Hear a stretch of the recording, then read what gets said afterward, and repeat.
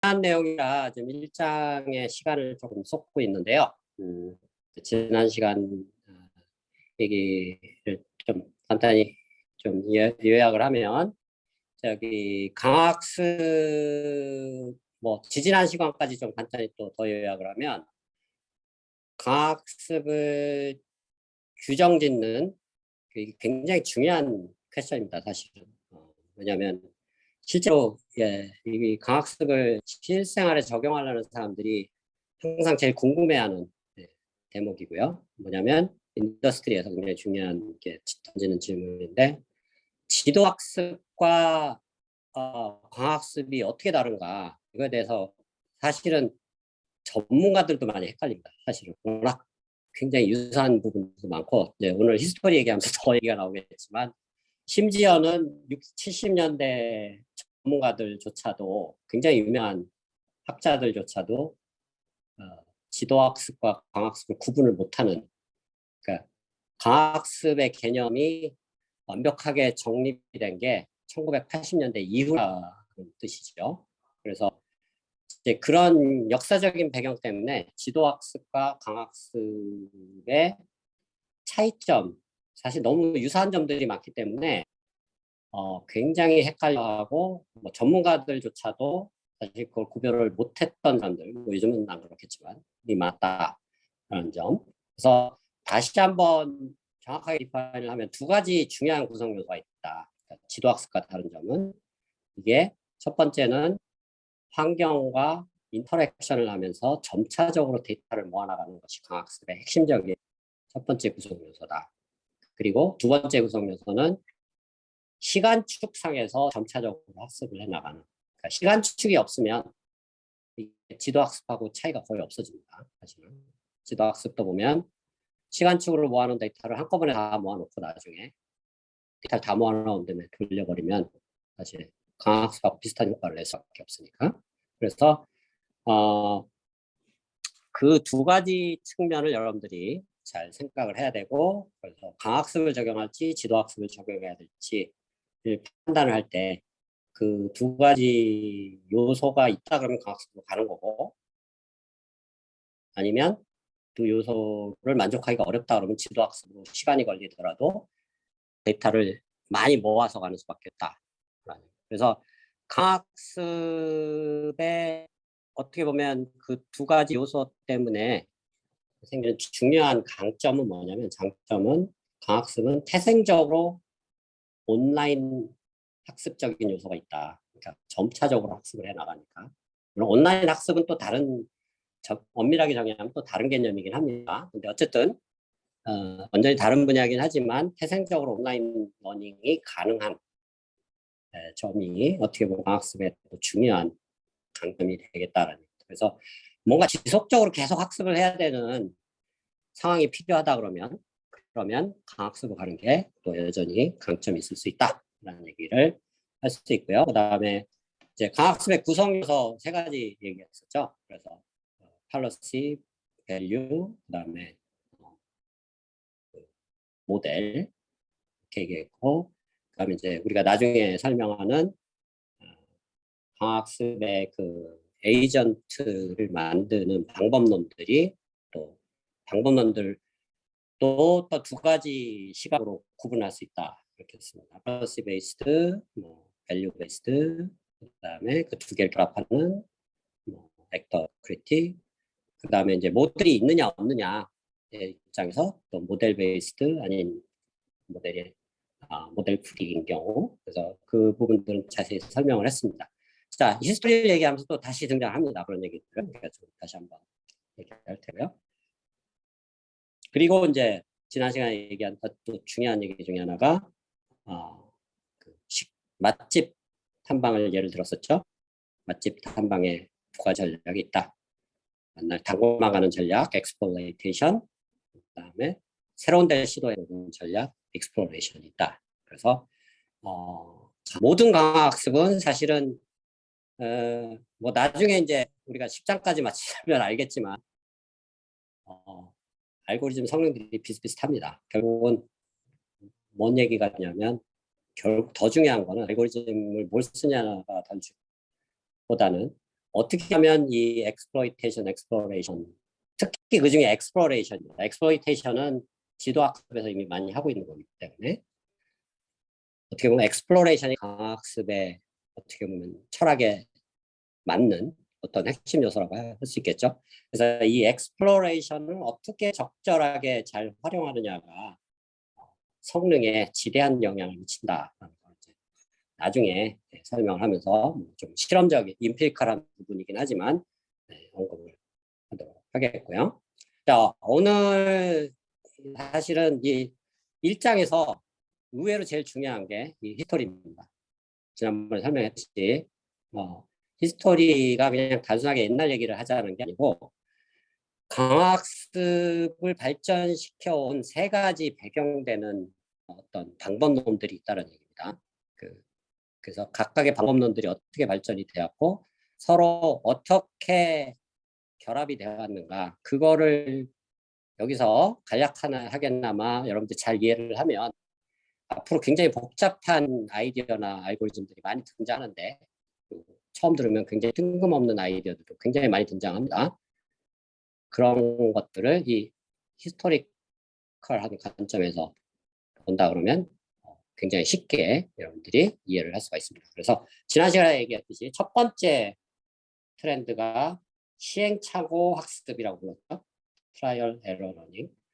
말은 되게 거창한데 쉽게 설명하면 이겁니다. 강학습을 이제 비유를 할 때 어떻게 보통 많이 비유를 하냐면 갓난 아기가 처음에 집에 보통 조카들 있나요? 갓난 아기 조카. 네. 조카들 보면 있는 사람 와중에 갓난 아기 키워본 사람 있네요. 보통 몇 살 때 걷기 시작하죠? 몇 개월쯤? 네? 네, 돌 지날 쯤 걷기 시작하는데 걷는 과정을 한번 생각을 해보면 이게 정확하게 강학습하고 맞아떨어집니다. 어떻게 맞아떨어지냐면 아기가 걷는 게 엄마가 또는 아빠가 뭐 시범을 보여서 걷기 시작하는 게 아니고 이 아기가 굉장히 다양한 시도를 합니다.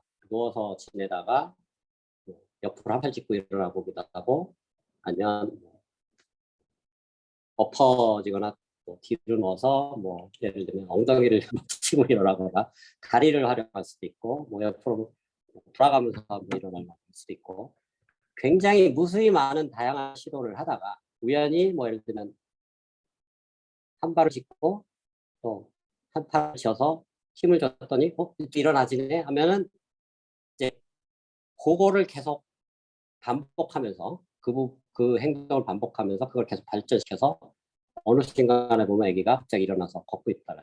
그래서 누가 시범을 보여서라기보다는 어린 아기가 걷기 시작하는 게 정확하게 행동 심리학, 동물 애니멀 사이콜로지 이렇게 부르는데 걷기 시작하는 이 기전 메커니즘이 강학습의 바로 시행착오 학습과 완전 거의 동일하다라고 좋습니다. 그래서 이게 왜 중요하냐면 강학습이 결국은 어린아이가 뭔가를 걷기 시작한다라는 게 사실은 그냥 생물학적인 얘기지만 엔지니어링 입장에서는 그러니까 로봇이 강학습의 중요한 응용 분야인데 로봇을 걷게 만들려면 예를 들면 보스턴 다이내믹스 같은 데가 이걸 제일 잘하는 회사인데 이거를 코딩을 해서 걷게 만들려면 어마어마한 코드를 짜야 됩니다.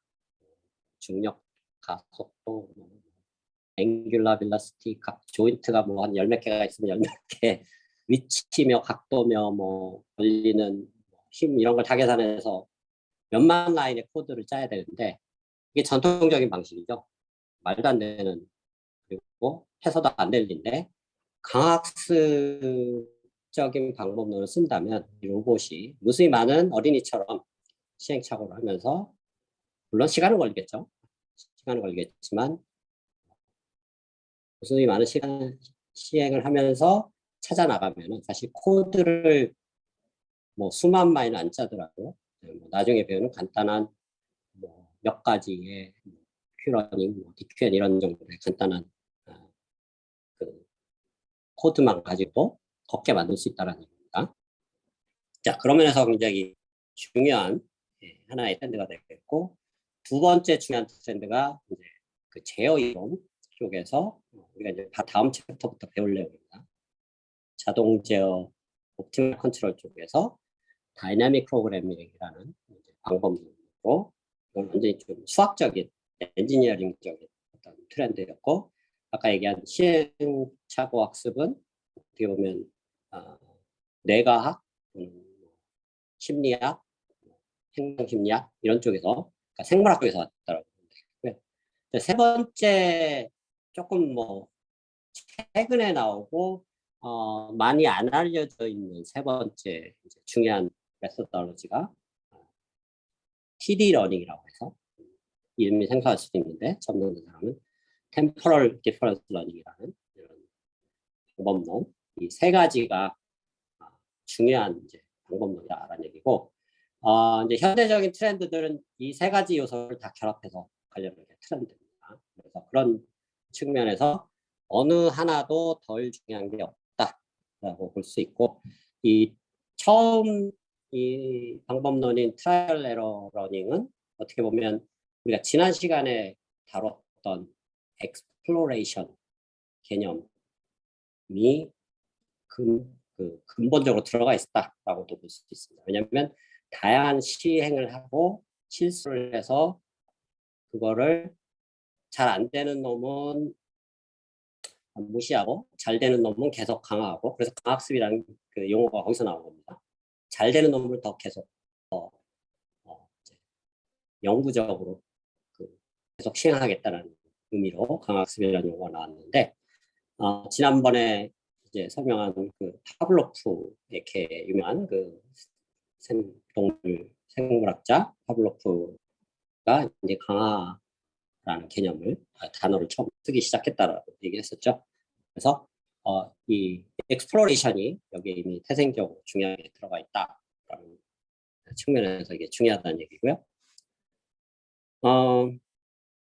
그래서 지난번에 이제 생물학적인 모건부터 시작해서 파블로프까지 설명을 했고, 자, 이거를 실제로 이제 엔지니어링적으로 적용하려고 시도를 했던 사람도 있습니다. 1950년대. 그래서 생물학적인 탄생 배경이 있었고, 이제 이거를 가지고 우리 이제 컴퓨터공학의 아버지라고 부르는 사람이죠. 알란 튜링이 또 여기서, 이 사람은 뭐 실제로 구현을 한 건 아닌데 개념적으로 시행착오를 컴퓨터에 적용할 수가 있다. 컴퓨팅하는 알고리즘으로. 그래서 어떤 걸 시행해보고 괜찮으면 그거를 영구화시키고 잘 안 되는 놈은 그래서 지어나가는, 약간 뭔가의 솔루션을 찾을 때 서치를 하는 과정에서 그 서치하는 메소드로지를 제안했고, 이 트라이얼 에러, 즉 시행착오 러닝을 컴퓨터 사이언스에 적용하려는 사람이고, 그다음에 실제로 이거를 이제 그 미로 찾기에서, 옛날에는 뭐 마이크로 마우스라고 해서 이렇게 미로 찾기 경진대 이런 거 많이 했는데 요즘 많이 없어진 것 같아요. 요즘도 하나요? 학부 같은 잘 안 하죠? 하도 옛날 거라. 요즘 뭘로 하나요? 경진대 로봇 경진대 하나? 네? 아예 안 하나? 10여 년 전까지는 했었는데, 어쨌든 자, 그 미로 찾기에, 그러니까 요즘은 막 뭐 프로세서 같은 거 CPU 써가지고 많이 쓰는데, 옛날에 CPU라는 게 없었으니까 50년대에는. 그래서 이걸 다 기계적으로 뭐 릴레이랑 진공관 이런 걸 써가지고 굉장히 벌키한데, 실제로 만든 사람이 있어요. 여기 직장 과목에 이제 정보 이론을 수강하는 학생들이 있는데, 정보 이론의 아버지인 샤넌이라는 사람도 실제로 그걸 만들어서 데모를 하고 막 그랬습니다. 그래서 마찬가지로 미로를 찾는데 잘 되는 길은 계속 뭔가 표시를 해서 그 길로만 반복하게 가게 하고, 잘 안 되는 데는 그 다음부터 못 가게 하는 이런 표식을 하는 방법론, 기계적으로 구현을 했다. 이게 이제 기계적인 시도를 하다가 이제 50년대에 말았고, 그거를 이제 진공관 써서 디지털로 막 시뮬레이션하는 사람들이 이런 팔리 클락 이런 사람도 있고, 이제 러시아 학자 중에 셀트린이라는 사람이 있는데 지난번에 한번 얘기했었죠. 저기 넷플릭스가 강학습에 어떻게 보면 산업적인 경우에 선두주자라고 넷플릭스의 매출의 어마어마한 부분을 이 강학습이 이미 담당을 하고 있다라는 게 이 과목을 듣는 사람들이 참고로 알아둬야 돼. 어떻게 보면 약간 프라이드를 가져야 돼. 약간 다른 딥러닝 분야보다 강학습이 상대적으로 뭔가 좀 응용성이 떨어지는 거 아니냐 뭐 이런 생각을 할 수도 있는데 그게 아니라는 거를 알 수가 있고요. 그래서 그 넷플릭스에서 사용하는 멀티 암드 밴딧이라는 테크닉이 있는데 이게 이제 나중에 다음 챕터에서 배우는 이제 MDP 이론 중에 어떻게 보면 스페셜 케이스, 간략화된 케이스인데 어쨌든 강학습 알고리즘입니다. 그래서 이 개념이 70년대에 나왔고 그다음에 이제 우리가 그 밸류 펑션이라는 걸 지난번에 디파인 했는데 밸류 펑션이 뭔가 미래에 어떻게 될지를 예측하는 거라 그랬죠. 성능이 얼마큼을 나올까. 그거를 이제 그냥 용어의 히스토리를 얘기합니다.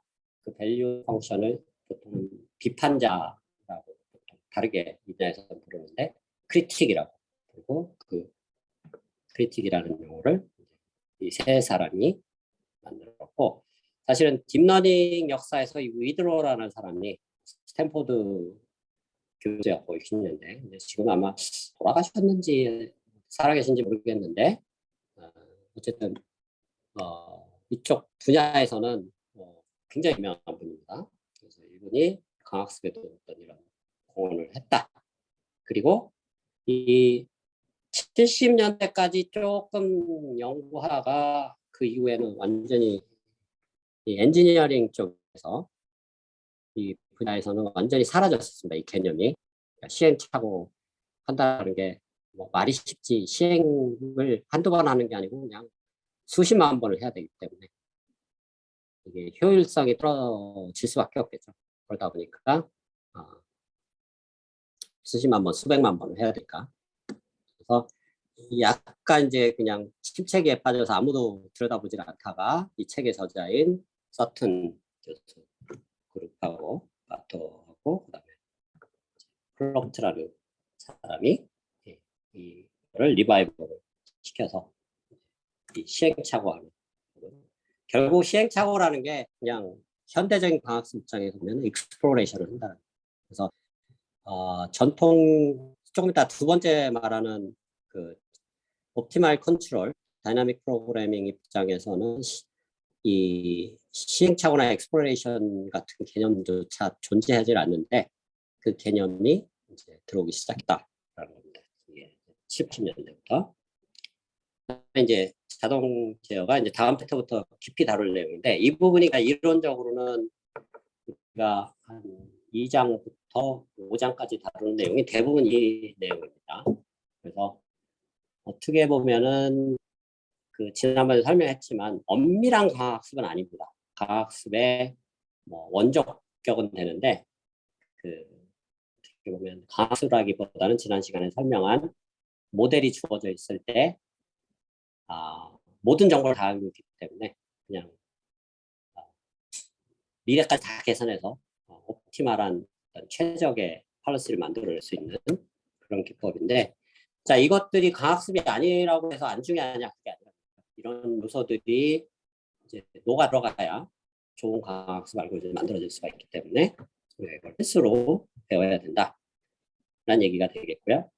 자, 세 번째는 많은 사람들이 이거 세 번째 방법론이라고 얘기해도 되느냐 할 정도로 사실은 조금 마이너한 토픽이긴 합니다. 처음 두 개가 굉장히 메이저한 토픽이고 책에서 다루는 내용들도 처음 두 토픽이 굉장히 중요하게 다뤄질 거고 세 번째는 이 템포럴 디퍼런스 러닝이라는 거는 개념 설명이 좀 복잡해서 정확한 개념은 우리가 이제 5장에서 처음 도입을 하겠지만 히스토리를 보면 아까 나왔던 정보 이론의 아버지 샤논 여기서도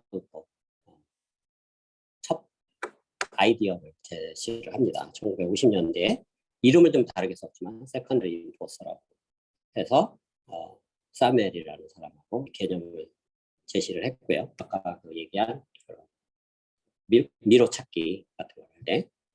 그리고 현대적인 뭐 AI 연구의 시작이 MIT의 마빈 민스키라는 교수가 시작을 했는데 60년대 그 사람이 처음에 이제 AI라는 개념을 도입할 때 사실은 강학습 개념을 가지고 AI를 시작을 했어요. 그래서 그때는 이제 강학습이라고 안 부르고 일단 뭐 스텝스 뭐 이런 식으로 불렀다는 얘기죠.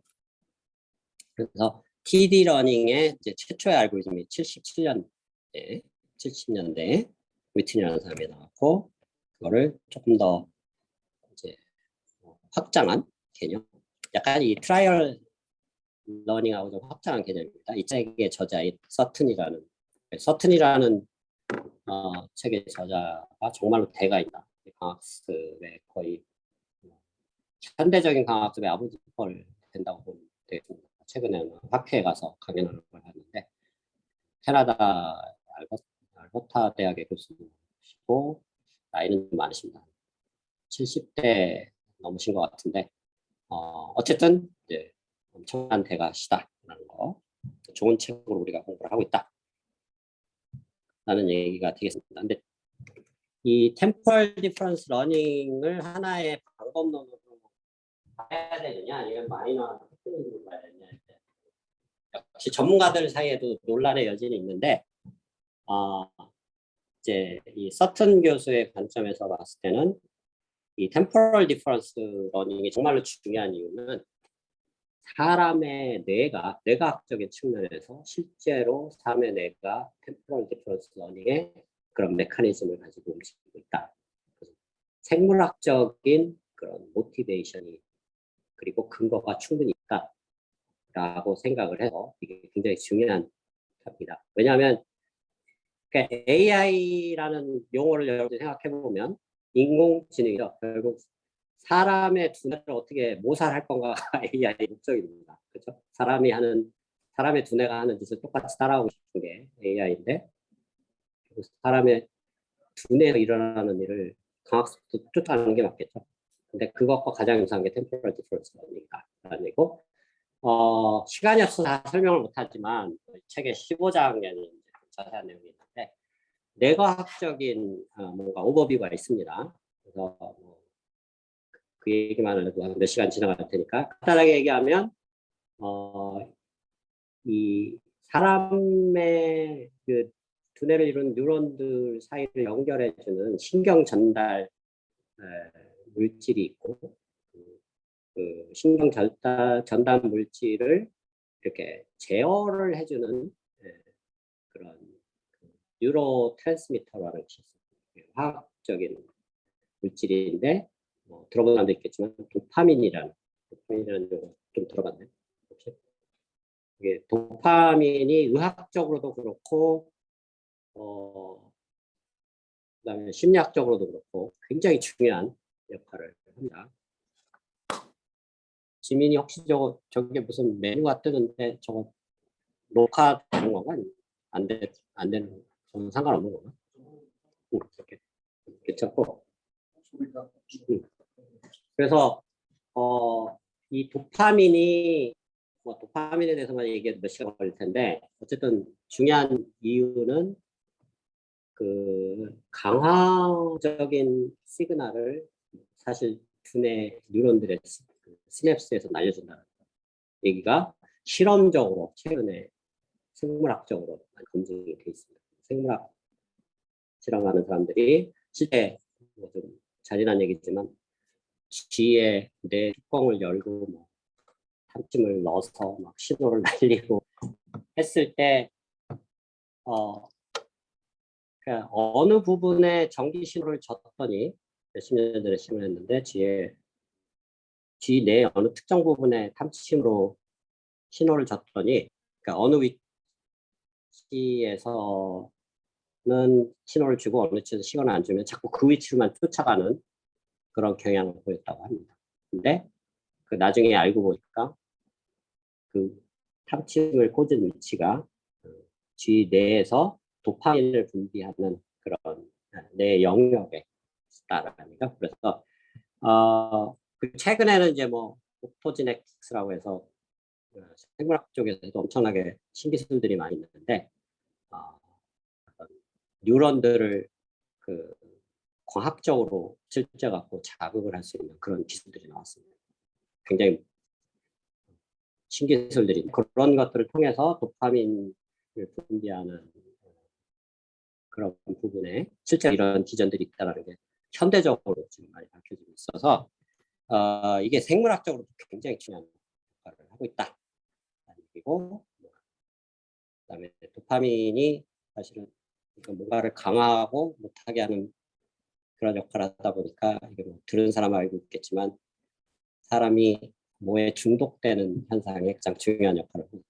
그래서 뭐 마약이나 도박 이런 데 중독이 될 때 그 중독되는 과정이 도파민이 과다하게 분비가 되는 그런 과다하게 분비가 돼서 이 생물학적으로 강학습의 정의가 뭐냐면 일시적으로 어떤 행동이 강화되는 거는 강학습이라고 안 부릅니다. 생물학적으로. 어떤 것이 강화되는데 그게 영구적으로 그 효과가 남을 때 강학습이라고 하고요. 그게 이제 강학습이 어떻게 보면 생물학적인 개념이 될 때 도파민이 그런 역할을 한다고. 그래서 그런 면에서 굉장히 이제 좀 강학습을 깊이 연구할 사람들은 어차피 강학습도 AI의 한 분야고 우리가 이 뇌과학을 무시할 수 없는 부분들이 분명히 있기 때문에 거기서 분명히 우리가 많은 걸 배워야 될 부분들이 많기 때문에 그리고 아직도 사실 뇌에 대해서 사람들이 잘 모릅니다. 뇌과학 하는 사람들도. 그래서 상당히 많은 무궁무진한 뭔가 우리한테 이 강학습을 연구하는 데 있어서 새로운 아이디어를 제공할 수 있는 소스가 될 수 있다. 연구하는 사람들은 뇌과학을 충분히 많이 공부할 필요가 있다라는 거 다시 한번 강조하고요. 72년에 클럽트라는 사람이 이 시행착오와 OTD 러닝을 요거랑 같은 얘기입니다. 협업을 했고요. 그래서 우리가 5장에서 배우는 TD0라는 알고리즘이 있는데 바로 클럽트라는 사람이 한 겁니다. 그리고 이제 제어 이론과 그다음에 TD 러닝을 두 번째하고 세 번째를 결합한 거예요. 이름 많이 들어본 사람도 있겠지만 5, 6장에서 배우는 Q러닝, DQN의 핵심 아이디어가 됩니다. Q러닝이고 와킨스라는 80년대 말에 알고리즘을 만들었다. 그래서 뭐 한 8, 90년대까지 또 열심히 연구되다가 그 이후에 또 막혀서 아무 연구가 안 진행이 됐었죠. 80년대 말까지 연구되다가 거의 한 20년 암흑기였다가 딥러닝이 나오면서 딥러닝을 포함하면서 또 강학습이 다시 각광을 받기 시작한 그런 배경이 있다라고 보면 될 것 같습니다. 자, 그래서 뭐 강학습 뭐 이거는 오목 같은 거 두는 건데요. 삽목을 두는 뭐 그런 문제 이런 문제를 적용할 수 있고 아까 마지막에 설명했던 히스토리 TD 러닝을 실제로 이런데 적용을 하면 굉장히 빠르게 학습을 할 수 있다는 게 최근에 밝혀졌습니다. 그래서 이런 식으로 사용이 되고 강학습과 게임 이론이 사실은 뭐 약간 사촌관계고 실제로 경제학에서 강학습도 나름대로 많이 연구를 하고 있습니다. 약간 엔지니어링하고 별도로 경제학 하는 사람들하고 약간 다르게 계속 연구가 되고 있는데 경제학에서 게임 이론이라는 부분에 있어서 게임 이론에서 전제 과정은 뭐냐면 어떤 상대방이 있을 때 게임 이론에서 전제 과정은 상대방의 그 팔러시, 상대방이 어떻게 움직이는지 상대방의 전략을 완벽하게 알고 있다고 가정을 하고 문제를 풉니다. 근데 이 엔지니어링에서 학습은 그게 아니라는 상대방이 어떤 팔러시를 쓰는지 상대방이 수준을 미리 알지 못한다고 가정하고 그래서 약간 경제학에서 얘기하는 게임 이론하고 약간 다른 점이 있다. 그러니까 현장에서 얘기하는 게임 이론은 무슨 내시 이퀴빌리엄 해갖고 최적의 팔러스를 쓰는 두 플레이어가 있을 때 뭐 두 플레이어가 더 이상은 더 게임의 팔러스를 더 이상 계산할 수 없는 그런 컨버전스가 일어난다라는 게 유명한 노벨 경제학상 받은 존 대시라는 사람이 그런 이론을 만들었는데 이제 그런 이론들이 여기에는 그대로 적용되지를 않는다는 얘기예요. 왜냐하면 거기는 옵티멀한 팔러스를 가정하고 있는데 실제로 바둑 같은 걸 예를 들 때 상대방이 뭐 약간 신의 경지에 있다고 가정을 안 합니다. 강학수는 상대방이 아마추어일 수도 있고 뭐 1급 정도 될 수도 있고 1단이 될 수도 있고 9단이 될 수도 있고 모르는 그래서 상대방의 팔러스를 모르고 진행할 때는 사실 경제학에서 쓰는 방법은 갖다가 쓸 수는 없다라는 거예요. 그래서 엔지니어링과 경제학 쪽에서 약간 다른 관점에서 보고 있다. 알 수가 있고요. 이제 우리가 뭐 프로젝트로 이제 해볼 만한 것들이 이제 오픈 AI 침 뭐 이런 것들이 있는데요. 여러분들이 이런 애니메이션 같은 걸 하면서 실험을 하면서 알고리즘 프로젝트로 아마 제안을 할 텐데 뭐 대표적인 지난번에 막대기 세워놓고 이렇게 세우는 거였죠. 그리고 뭐 펜듈럼 같은 것도 있는데 실제로 이게 강학습 돌려서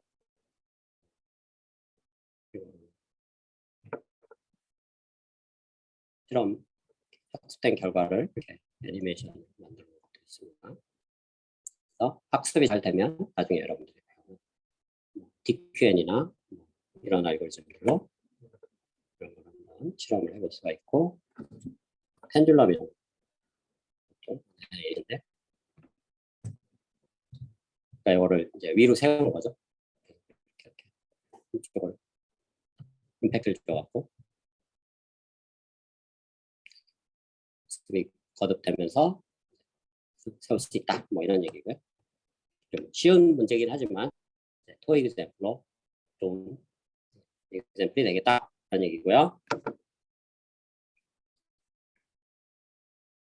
뭐 그다음에 뭐 아까 로봇 얘기도 했고 뭐 드론 쪽 컨트롤도 상당히 좋은 응용 분야고 뭐 구체적으로 얘기는 안 하겠지만 이미 많은 월가의 그 파이낸스 쪽 회사들이 강학습을 이미 많이 쓰고 있을 겁니다. 근데 이게 돈과 관련된 일들이기 때문에 논문이나 아이디어를 공개를 안 하기 때문에 어느 수준까지 가 있는지 모르지만 우리가 생산하는 수준 이상으로 예를 들면 르네상스 테크놀로지 같은 그런 회사들 굉장히 유명한 회사들인데 이미 많이 적용을 하고 있다라는 얘기고 아까 얘기했던 뭐 넷플릭스도 많이 적용을 하고 있죠. 그다음 뭐 잘알고 알파고도 이런 것들을 실증을 했다라는 얘기고요.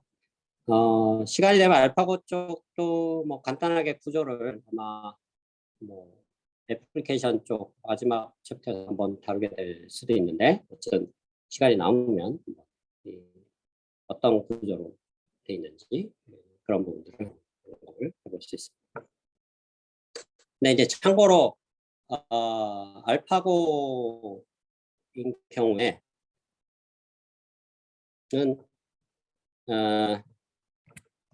사실은 이게 일반 경우에는 이 부분 알파고가 그 강학습으로만 알고리즘이 이루어져 있는 걸로 많이들 알고 있는데 사실은 강학습은 일부고 알파고에서 오히려 더 중요한 역할을 하는 부분은 약간 전통적인 최적화 알고리즘이 들어가 있습니다.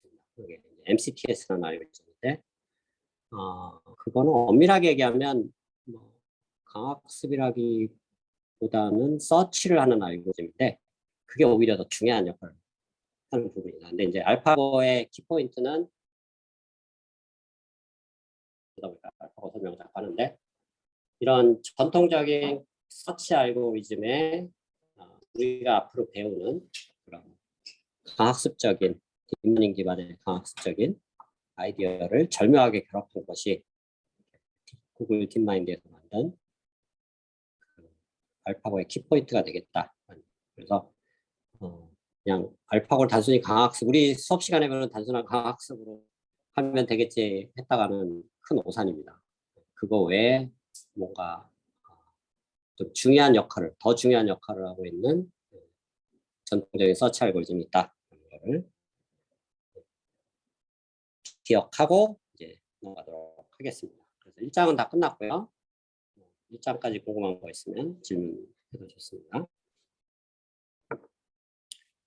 자, 2장이 지난 시간에서도 뭐 공지를 한 거와 같이 2, 3장이 우리가 아까 히스토리에서 본 두 번째 트렌드, 옵티멀 컨트롤 쪽이고 다이나믹 프로그래밍이고, 이게 벨만이라는 리차드 벨만이라는 수학자가 만들어 놓은 분야고, 다소 이론적이고 뭐 수학적인 부분이 있지만은 이게 현대적인 과학습들을 기본적인 구조를 이루는 근간이 되기 때문에 이걸 안 배우고 넘어갈 수는 없다. 강학습을 좀 제대로 하려면 사실 그냥 코드 가져다가 돌려볼 사람들은 몰라도 됩니다. 근데 지금 대학에서 연구를 하는 사람들이 우리의 이제 기본 수강생들의 대상들이고, 그 정도 수준을 할 거면 사실 이 과목 수강 안 해도 됩니다.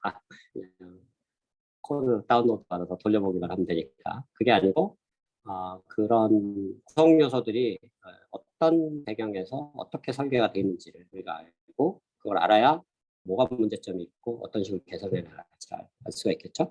그래서 뭐 다소 수학적인 배경이긴 하지만 기본적으로 알아야 될 내용이다라는 거고요.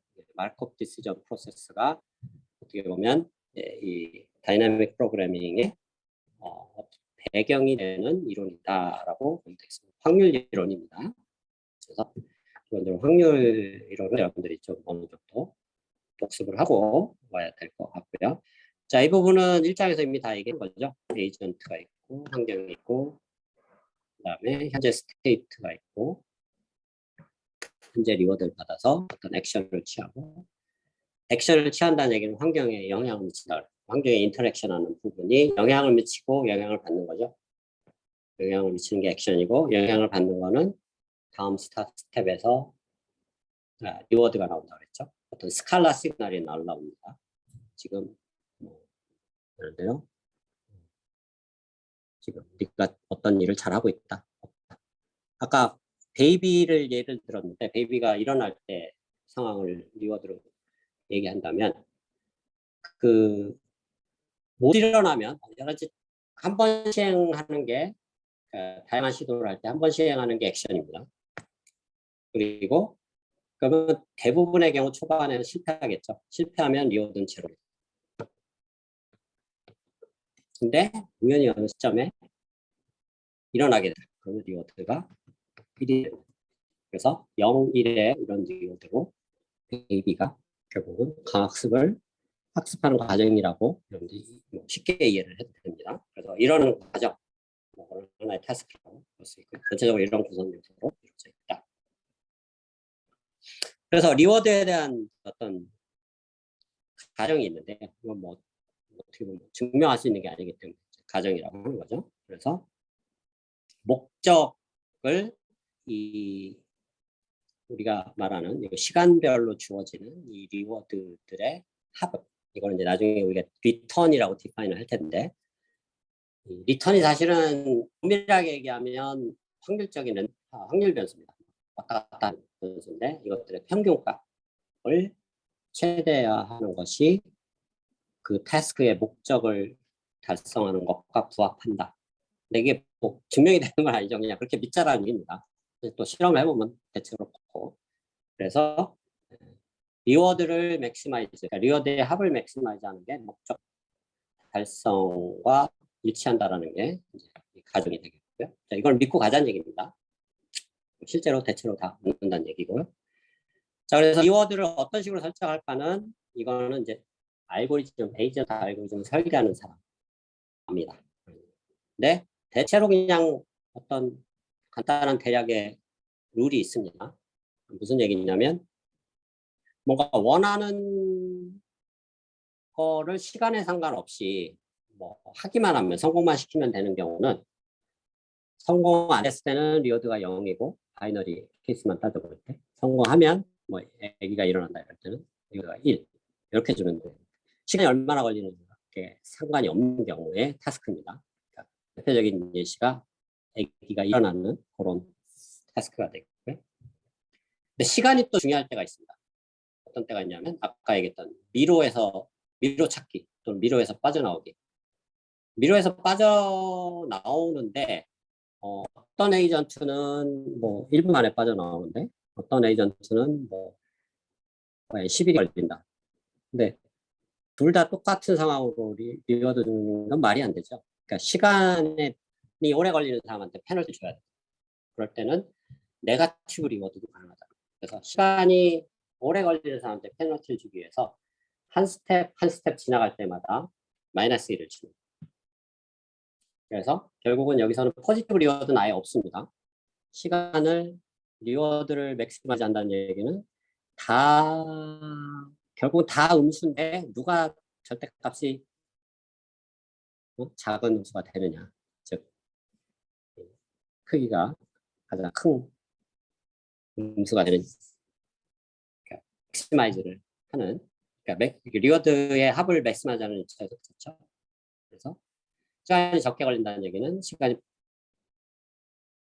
요 마이너스 1이 서메이션 되는 개수가 적으니까 덜 많이 네거티브한 숫자로 끝난다는 얘기니까 그게 원하는 목적이 된다는 얘기죠. 그다음에 나중에 예시들은 이 책에서 나오는 뭐 로봇이 있는데 뭔가 이렇게 깡통을 옮겨놓고 주워서 옮기고 하는 이런 로봇인 경우도 마찬가지로 이거는 그러니까 시간은 중요하지 않으니까 우리 집에서 쓰는 청소 로봇하고 비슷한 겁니다. 시간이 좀 오래 걸리더라도 목적만 달성하면 되니까 이때는 그냥 목적 달성할 때 깡통을 옮길 때 리워드 한번 주고 나머지는 제로. 그래서 이거는 상황 다릅니다. 그래서 리워드를 어떤 식으로 어사인 하느냐도 사실은 이 알고리즘 설계하는 사람이 굉장히 신경을 써야 되는, 그러니까 엔지니어의 그 뭐라 그래요, 해야 될 일이고, 그래서 이거를 거꾸로 어떤 알고리즘을 거꾸로 가장 좋은 리워드는 뭐였을까 이런 걸 찾아내는 분야가 있습니다. 인버스 RL이라는 분야가 최신 연구 분야가 있고요. 지금 뭐 지난 시간에 정했던 거죠. 마르크 프로세스 얘기했었습니다. 과거에 히스토리 다 주어졌을 때 가장 최근의 거에 의해서만 의존하는 그런 프로세스가 있으면 이거를 마르크 프로세스 또는 마르크 체인이라고 부른다라는 얘기를 했고, 이제 많은 학생들이 좀 궁금해하는 게, 그러면 우리가 이제 강학습의 모든 문제를 마르크 프로세스로 모델링을 하는데 이 세상의 모든 프로세스들이 다 마르크 프로세스냐라고 질문을 던지면 이게 진짜 애매해서 어떻게 생각해요? 그렇죠? 그러니까 실제 현실적인 세계는 사실 마르코프가 아닌 경우가 더 많습니다. 예를 들면 주식시장만 봐도 오늘의 주가가 어제 주가에만 영향을 받느냐 그건 아니고 그저께 주라든가 예를 들면 지난 뭐 일주일간의 평균 뭐 일주일간의 어떤 트렌드에서 영향을 받을 수도 있죠. 그래서 그런 경우 마르코프가 아닐 수가 있습니다. 그래서 이제 마르코프가 아닌 경우에 약간의 이제 실제와 이론과 실제의 갭이 생길 수도 있는데 이 부분이 그럼 뭐 이거 뭐 아닌 경우는 이거 못 쓰는 거 아니야 이런 딜레마가 생길 수 있는데, 그럼에도 불구하고 이 이론이 파워풀한 이유는 심지어 마르코프가 아닌 놈들도 우리가 마르코프로 만들 수는 있습니다. 원칙적으로. 어떻게? 스테이트를 다시 디파인. 약간 편법인데 과거에 있는 모든 히스토리를 이거는 그냥 HT로 집합으로 만들어 보면 쉽게 증명할 수 있는데 H에 대한 이 프로세스를 계산해 보면 직전 HT가 이 나머지를 다 포함하고 있기 때문에 약간 이게 편법이고 치팅입니다, 사실은. 그래서 히스토리를 스테이트로 만들어 버리면 세상에 마르코프가 아닌 것들도 다 마르코프로 만들 수가 있다는 얘기죠. 그래서 이게 파워풀하다는 얘기죠. 그러니까 이게 그냥 실용적이지 않은 건 아니다라는 얘기죠. 그래서 실제로 보면 DQN 같은 코드를 보면 과거 동영상을 인풋으로 받는데 동영상은 바로 직접 거만 안 받습니다. 바로 직전 동영상 한 3개 타임프레임을 다 받는 이유가 히스토리를 캡처하기 위해서. 그러니까 그 마르코프 형질을 어느 정도 만족시키게 하기 위해서 받는. 그래서 그런 부분들이 좀 코드를 보는 사람들은 좀 의아하다라고 생각을 했을 텐데 그게 바로 이런 이유 때문이다라고 판단하면 되겠습니다. 자, 그래서 마르코프에서 이제 우리가 지난번에 얘기했던 모델이 2가지가 있었죠. 한 상태에서 다른 상태로 넘어갈 때의 확률, 조건부 확률을 준다고 했죠. 현재 시점에서 S라는 스테이트가 들어가 있는데 환경이 S라는 스테이트가 있는데 다음 시점에서 S 프라임으로 있는 시점 넘어갈 때 그 확률이 주어지면 그러니까 모든 가능한 스몰 s하고 S 프라임에 대해서 이 확률이 주어지면 모델이 주어진다고 그 얘기를 했었죠. 물론 리어드도 포함되지만 그랬을 때 요 PSS 프라임 S를 행의 인덱스, S 프라임을 칼럼의 인덱스로 본다 그러면 이렇게 행렬로 표시하겠죠. 그러면 여기 이제 트랜지션 확률을 모아놓은 행렬이다 그래서 트랜지션 매트릭스라고 그러고 이 확률의 정의에 의해서 각각의 행들을 다 더하면 1이 됩니다.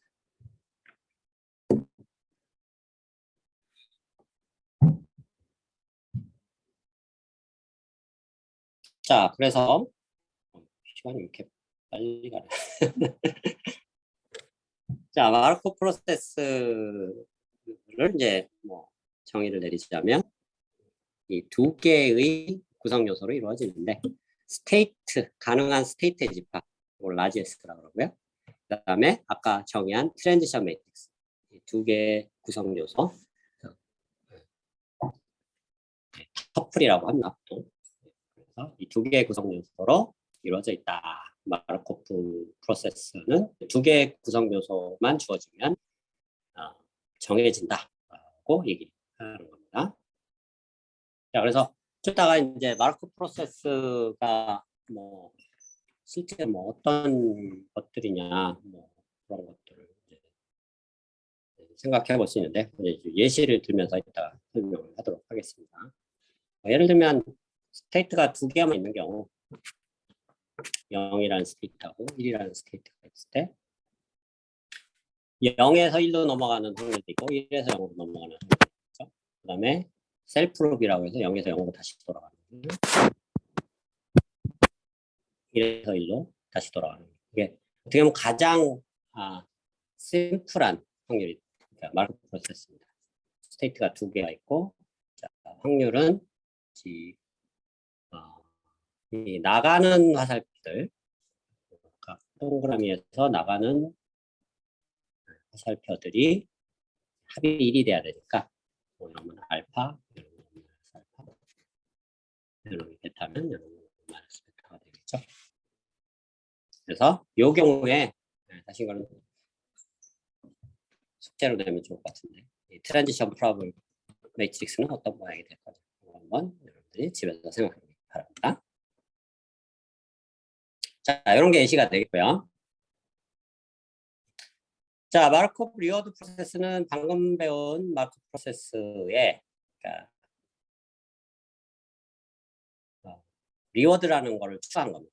아까는 2개 구성 요소가 있었는데 여기서는 리워드라는 하나 더 추가하고 그 다음에 우리가 잠깐 언급했던 디스카운트 팩터라는 거를 추가해서 이것만 보면 마르코프 프로세스인데 거기에 R하고 감마를 추가합니다.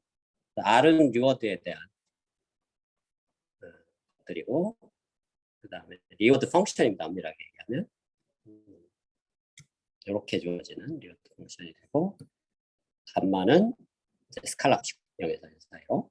그래서 마르크 프로세스를 확장한 놈이다 라고 보면 되겠습니다. SP는 아까 동일하고, 강학습의 모델에서 중요한 구조는 리워드인데, 리워드 펑션은 디터미니스틱한 경우가 우리가 다루는 예시에서는 대부분인데, 그러니까 현재 스테이트가 주어지면 거기서 튀어나오는 리워드는 그냥 다 그냥 항상 고정된 걸로 본 경우가 되게 대부분입니다. 근데 뭐 예를 들면 베이비가 일어날 때 뭐 현재 스테이트가 일어나면 리워드가 1인 거고, 현재 스테이트가 아직 못 일어나 있으면 0이고, 이렇게 디터미니스틱한 경우가 많은데, 이게 어떤 좀 복잡한 문제는 확률적으로 만들어졌어요. 일어나 있어도 어떤 0이 될 수가 있고 1이 될 수가 있고, 확률적으로 랜덤하게 움직일 수가 있겠죠. 굉장히 일반적인 프로그램에서는 이제 그런 예시들도 이제 나중에 등장합니다. 그래서 그 평균값이 주어질 거라고 보면 되겠고요.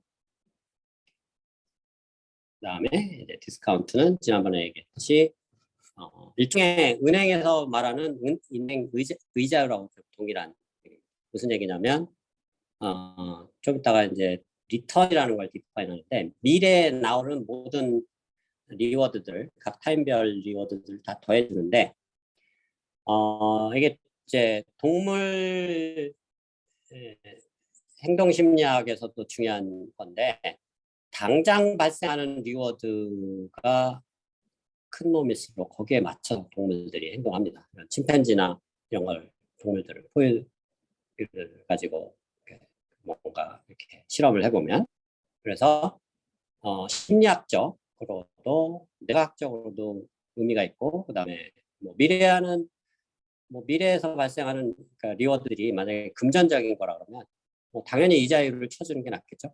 그래서 미래에 있는 놈들은 나중에 발생하는 거니까 이자율을 쳐줘서 좀 이렇게 깎아주는 형태로 가고, 현재 당장 들어오는, 그러니까 누가 채무자가 있는데 여러분들한테 돈을 갚을 사람들이 있는데, 지금 빚이 1,000만 원입니다. 근데 오늘 당장 없는 사람하고 10년 뒤에 돈을 갚겠다는 사람하고 똑같이 대우해주면 좋을까요? 아닐까요?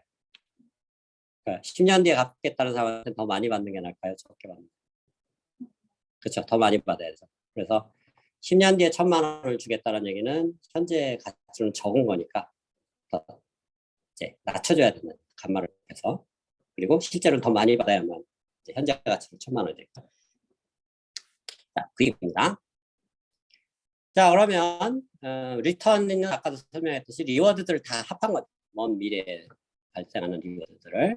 그래서 아까 얘기했지만 약속을 하건대 현재 시점에서 발생하는 리워드를 T 플러스 1이라는 인덱스를 쓴다 그랬었죠.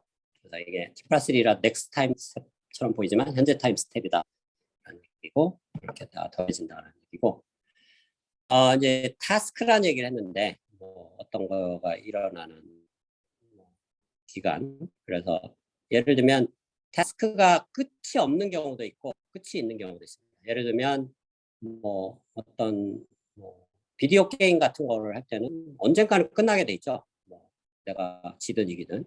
자, 그런 거 언젠가는 끝나는 그런 게임들, 뭐 바둑 같은 거, 장기 같은 거, 그런 타스크들을 파이나이트 에피소드를 가졌다고 얘기하고, 영원히 안 끝나는 놈들이 있어요. 예를 들면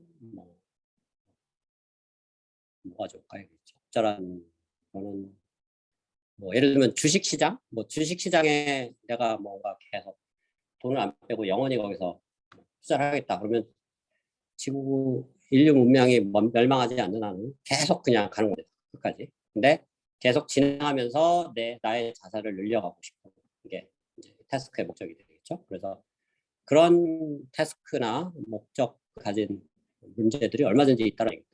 그러니까 이런 것들을 인피니트 에피소드 또는 인피니트 타임 호라이즌을 가졌다라고 얘기를 하죠. 그래서 여기는 뭐 인덱스 이렇게 해보면 마지막 타임이 RT로 끝난다라는 것을 알 있고요. 그렇죠? 그냥 영원히 계속 가는 거고 그런 얘기입니다. 자, 그럼 감마 값이 주는 영향은 뭔가를 한번 생각을 해보면 디스카운트에서 이제 극단적인 케이스가 있겠네요. 감마가 0에서 1 사이 값을 취하는데 감마를 1로 두면 그냥 미래 것도 디스카운트 안 하고 다 동일하게 다루겠다는 얘기고요. 그렇죠? 자, 요거는 실제로 그런 경우가 많이 있습니다. 이런 경우는 언제냐면 특히 뭐 게임 같은 거, 게임의 스코어 같은 것들이 각 플레이를 하면서 중간중간에 화면에 뭐 점수들 내가 뭐 비행기 하나 떨어뜨리면 점수가 쭉쭉 올라가죠. 지금 뭐 비행기 하나 떨어뜨린 거나 뭐 예를 들면 게임 한 10분 뒤에 비행기 하나 떨어뜨린 거나 동일하게 되어야 될 필요가 있습니다. 왜냐하면 그게 합산이 돼서 나중에 우승을 결정해 주는 거니까. 그랬을 때는 감마를 1로 두는 게 있다는 얘기죠. 그러니까 그런 상황이 필요하다는 얘기입니다. 물론 이거는 파이나이트한 경우만 가능. 파이나이트 에피소드. 인피니트 하면은 리워드들이 그냥 상수값이 더해지면 발산을 해버리니까. 또 반대로 감마가 제로인 경우도 있습니다. 또 다른 극단인데 미래 건 아예 무시하겠다는 얘기죠. 현재 거만. 그래서 근시안적인 시각이다. 마이오픽이 근시란 뜻이죠. 그래서 마이오픽 리턴이라고 부르는데 근시안적으로 움직여야 될 필요가 있을 때도 있습니다. 극단적인 경우는. 그래서 당장 급하게 필요한 뭔가 왜냐하면 당장 뭐 예를 들면 로봇이 있는데 배터리가 지금 뭔가를 충전을 안 받으면 당장 죽어버려서 실패로 끝나는 상황이다. 그러면 미래 기다릴 여유가 없는 거죠. 그때는 그냥 무조건 받아야 돼요. 그런 상황, 미래를 무시하고 그때 마이오픽 리턴이라고 한다. 그래서 인피니트 소대 디스카운트가 필요하고 뭐 아까 얘기했죠. 이자율이라든가 심리학의 동물 심리학에서 실증적으로 이미 동물들이 이렇게 움직이고 있다라는 얘기를 하고요.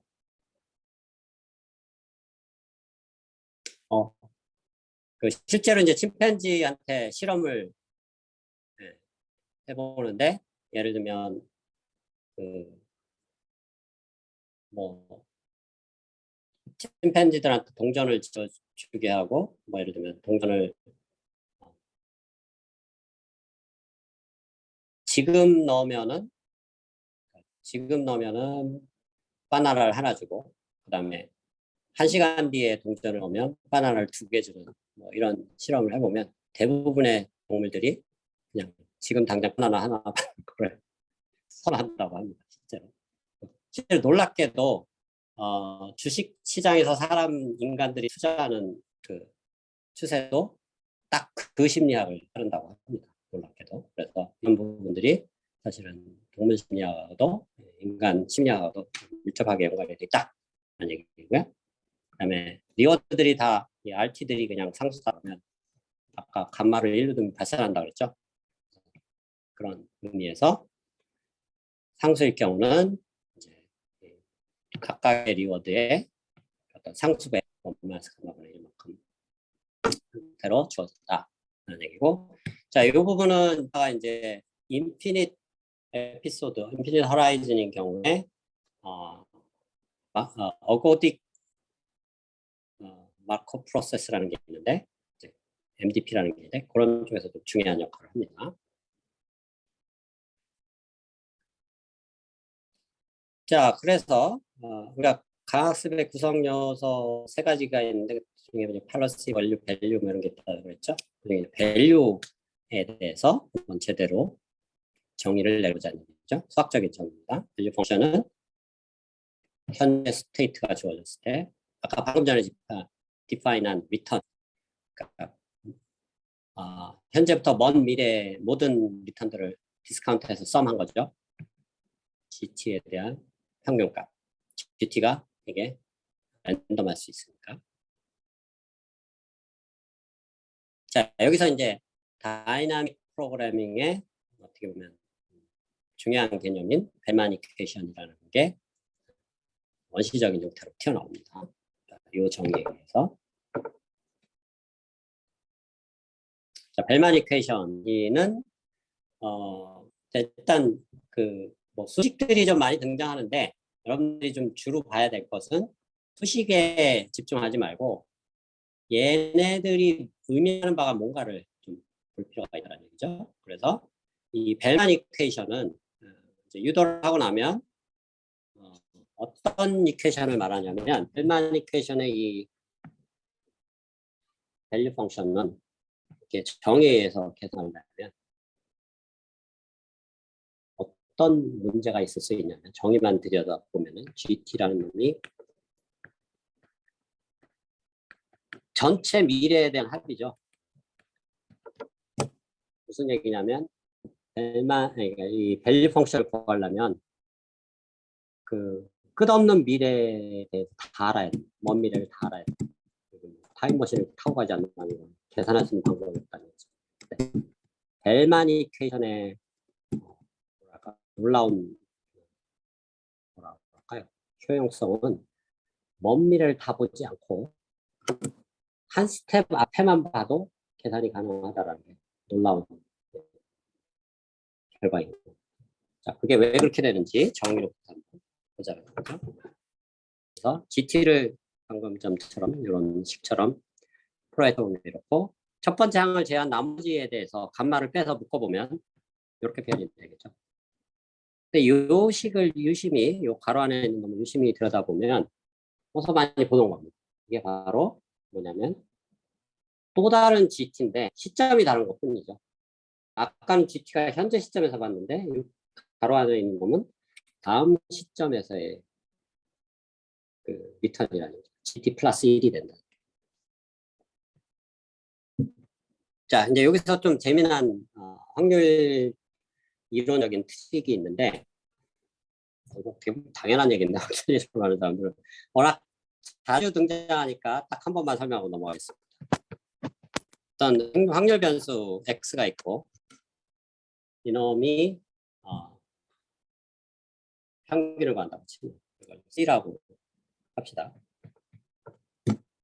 당연한 얘기인데 이 평균을 구하는 이 과정을 두 번을 반복해도 똑같은 값이 나온다. 무슨 얘기냐면 expectation의 expectation을 두 번을 반복해도 똑같은 값이 나온다. 이거 왜 그럴까요?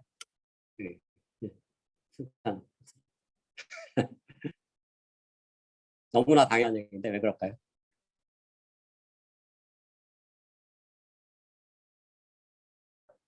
네?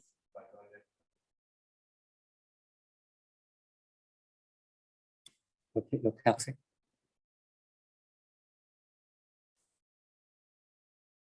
평균을 한번 시점에서 캡티하고 다 사라졌으니까 스칼라가 되는 거 아니에요? 그렇죠. 네. 그러니까 평균 한번 치는 순간 스칼라가 돼버리고 랜덤한 양이 아니고 그게 그냥 두 번째 그러니까 요놈이 C가 돼버리고 이게 더 이상 랜덤한 게 아니니까 이거 바깥으로 튀어나간다. 이 expectation은 그냥 자동적으로 사라져. 이걸 더 확장하면 한 번 expectation 취한 거는 두 번 해도 되고 세 번째 해도 되고 100번째 해도 되고 1000만 번째 해도 된다는 그래서 여기서 두 번만 취하자는 거죠. 그래서 여기서 한 번 expectation 여기에 적용이 되는데 이걸 두 번 취하겠다. 이걸 여기도 그대로 두고 여기도 한 번 더 취해버리면 어떻게 되죠? 그럼 위의 정의에 의해서 GT 플러스 1에 대해서 expectation을 취한 거니까 이게 뭐 ST에 대한 거였으면 여러분 ST 플러스 1에 대한 거 받겠다. 그죠? 그러니까 사실은 뭐 당연한 얘기인데 약간 미묘한 점이 있어서 설명을 한 겁니다. 앞으로 자주 이런 것들이 등장하고 앞으로 이제 얘기를 안 하고 넘어갈 겁니다. 당연한 얘기니까 이제 처음 접하는 사람들을 위해서 설명을 한 거고요. 그래서 이런 트릭이 굉장히 많이 쓰입니다. 이 벨만 이퀘이션 이런 걸 유도할 때.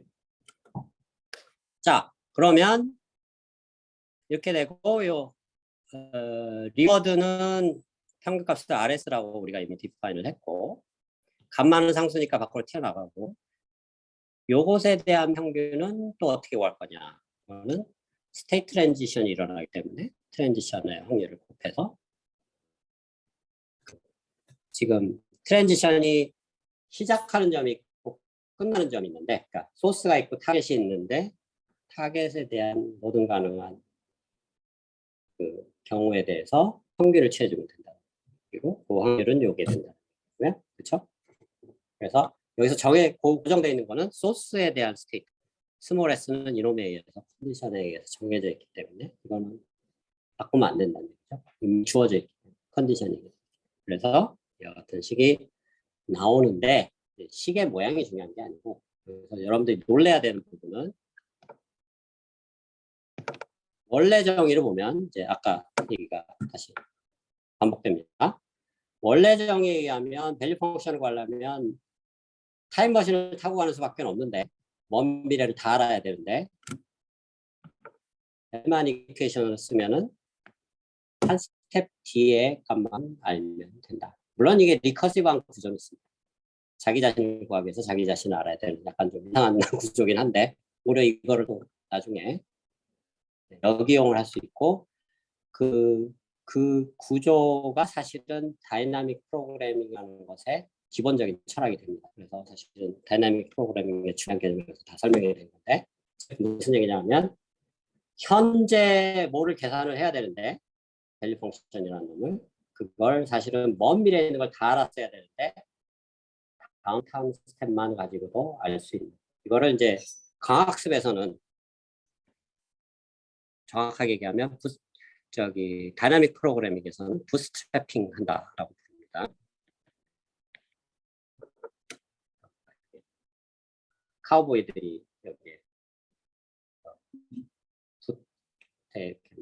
박차라고 그러죠. 약간 가식 같은 거 박아놓은 게 있는데 뭔가를 좀 더 빨리 달리게 하는 그런 역할이죠. 그래서 부스트래핑 한다라는 건 미래에 있는 거를 이걸로 대체하겠다. 했습니다.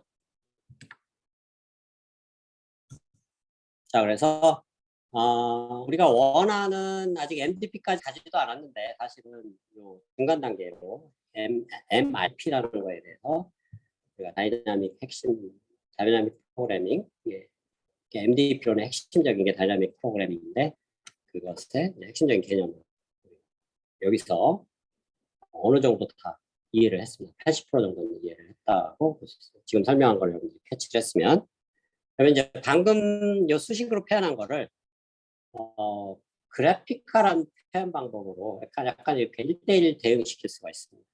그래서 보통 이제 강학습에서 그래프를 얘기할 때 이렇게 알맹이가 없는 동그라미하고 알맹이가 있는 동그라미가 있는데 알맹이가 없는 동그라미는 스테이트를 얘기하고요. 알맹이가 있는 동그라미는 노드인데 노드의 종류가 두 가지가 있다. 그래프가 뭐 이런 식으로 이루어지면은 이런 것들이 노드고 가운데 연결되는 걸 엣지라고 그러죠. 그래서 알맹이가 없는 놈은 스테이트에 해당되고 알맹이가 있는 놈은 액션 또는 거기에 스테이트까지 포함하는 경우가 되고 그래서 액션하고 스테이트를 같이 고려. 그러면 이 식을 상당히 좀 논리의 비약은 있는데 좀 추상화시켜서 어떻게 표현할 수 있냐면 현재 시점에 S가 있을 때 다음 시점에 S가 또 이렇게 시간은 위에서 아래로 흐른다고 봅니다. 그래서는 다음 시점에 사실은 S 프라임이 굉장히 개수가 많을 수 있는데 스테이트가 뭐 10개면 10개가 있어야 되는데 그냥 이거는 추상화시킨 거니까 모든 경우를 다 2개로 대체하겠다는 전략에서 그래서 S 프라임이 2개가 가능성이 있고 바이너리한 스테이트 아까 이런 경우 있었죠. S 프라임이 0 아니면 1인 경우 그런 경우죠. 그랬을 때 이 현재 시점의 밸류 펑션을 어떻게 구하느냐? R 더하기 감마하고 뭔가 평균치고 여기에서의 S 프라임 S 값들로 구한다. 이런 얘기죠. 그래서 요 S에서 S 프라임으로 넘어가는데 이 그림에서처럼 중간 넘어갈 때 리워드가 생기고 그 다음에 다음 타임 스텝에서 S 프라임이 있는데 또 다른 스테이트입니다. 거기에 S 프라임은 밸류 펑션을 나타낸다. 여기서 S도 또 다른 현재 시점에서의 밸류 펑션. 그래서 이런 그림만 보면 굉장히 뜬금없죠. 뭐야 도대체 이렇게 생각할 수 있는데 그런 뭐 여러 가지 지금 설명한 것들을 가정으로 삼으면 이 식을 저렇게 그림으로 추상화시켜서 표현을 할 수 있다는 거예요. 그래서 이 그림이 나오면 여러분들 이제 하나 생각해야 될 게, 외워둬야 될 게, 이 식은 이 그림과 1대1 대응하고 이 그림이 먼저 나오면 아, 저 식을 의미하는구나. 서로 왔다 갔다 할 수 있게 한번 매치를 여러분들이 머릿속으로 연습상 여러 번 해보면 처음엔 좀 어색할 수 있는데 좀 익숙해지면 그냥 금방 좀 더 많이 익숙해지면 그 다음부터는 이게 더 편해집니다. 왜냐면 사실 이런 그림적인 게 기하적인 게 사람 머리에 그 수식적인 것보다 훨씬 더 기억에 잘 남기 때문에 그래서 이런 그래픽화랑 구조로 수식을 표현한다라고 보면 되겠습니다. 그래서 앞에 나와 있는 식들을 다시 약속한 거죠. expectation을 쓰면 이렇게 표현되고 그거를 풀어헤쳐 쓰면 이렇게 표현되는데 이 그림, 이 수식이 이것과 1대1 대응 관계다. 그래서 S가 있고 여기도 S가 있죠. 타임 스텝에. 그래서 white circle, white circle, white circle. 그리고 첫 스텝에서 다음 스텝으로 넘어갈 때 어느 에지를 타고 갈지는 이게 랜덤하다는 거예요. 여기서 일로 가는 확률로 옮겨갔고 여기서 일로 가는 확률로 올라갔어요. 그래서 위에서 아래로 트랜지션이 될 때는 랜덤하게 움직입니다. 그 부분을 여러분들이 전제 과정으로 들어가 있다라고 이해하면 되겠습니다. 자, 그러면 이 시기인데 더 굿뉴스는 아까 굿뉴스가 하나가 이미 나왔죠. 벨마니케이션의 파워는 먼 미래를 다 보지 않고도 한 스텝만 앞서 보면 된다라는 게 굿뉴스였고 더 좋은 굿뉴스는 이 식만 주어지면 밸류 펑션을 exactly 풀어버릴 수 있다. 물론 이게 전제 과정이 있습니다. 모델이 주어졌다라고 전제 과정 그리고 리워드가 주어졌다. 자, 그때 지난 시간에 모델이 주어진다는 얘기는 시간이 거의 다 됐네. 네. 그 확률 텐션 프로버리티가 주어지는 동시에 리워드 주어진다 그랬죠. 리워드 주어졌고 확률 주어졌죠. 다 주어진 거예요. 그러면 V를 우리가 어떻게 볼 수 있냐면 S가 여러 개의 스테이트로 이루어져 있다고 하면 일반적으로 그렇습니다. 뭐 10개 스테이트로 이루어져 있다 그러면 V1에 대해서 이것들을 다 계산할 수 있고 V2에 대해서 다 계산할 수 있고 V10에 대해서 다 계산할 수 있겠죠. 여기 S 프라임도 마찬가지입니다. 1부터 10까지 다 있습니다.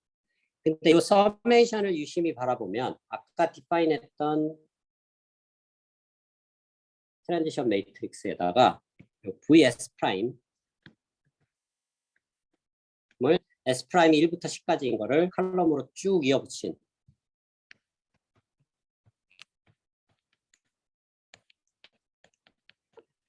이렇게 표현하면 이 서메이션 이 부분은 아까 얘기했던 P하고 이 V를 벡터로 표현해버리면 이렇게 할 수 있습니다. 이 부분도 벡터. 그리고 여기 S도 R도 R1부터 R10까지 쭉 칼럼으로 이어붙이면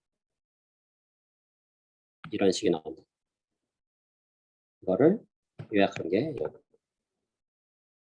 근데 R하고 P가 주어지고 감마도 주었다. 그러면 여러분들이 그냥 기본적인 고등학교 수학을 배운 사람이면 이거 무조건 다 풀 수 있습니다. 아니면 뭐 선형돼서 배운 사람이면 더 잘 풀고 그렇죠? 우리가 풀고자 하는 변수는 V니까 벡터입니다. 매트릭스 벡터 이퀘이션이죠. 이거를 왼쪽으로 옮겨서 양면에 인버스 시다면 자, 놀랍게도 이 벨만 이퀘이션의 파워는 바로 먼 미래를 안 보고도 모델만 주어지면, 원래 정의는 무한의 시간까지 기다려야 되는데 그거 안 하고도 이거를 그냥 원샷에 다 보여버렸다. 지난번에 잠깐 암시를 했지만 강학습의 핵심 목적은 팔러시고, 팔러시를 바로 직전에 구하는 단계가 밸류 펑션을 구하는 거예요. 그래서 사실 밸류 펑션을 이렇게 구해버리면 강학습 문제는 99% 풀어버린 거나 마찬가지입니다. 벨만 이퀘이션이 어마어마하게 파워풀한 이유는 강학습 문제를 그냥 원샷에 다 풀어버릴 수 있다. 그럼 강학습 안 해도 되는 거 아니냐 이렇게 얘기할 수 있는데, 그거는 이제 to be continued, 다음 시간에 얘기를 하도록 하겠습니다. 자, 여기까지 질문 있나요?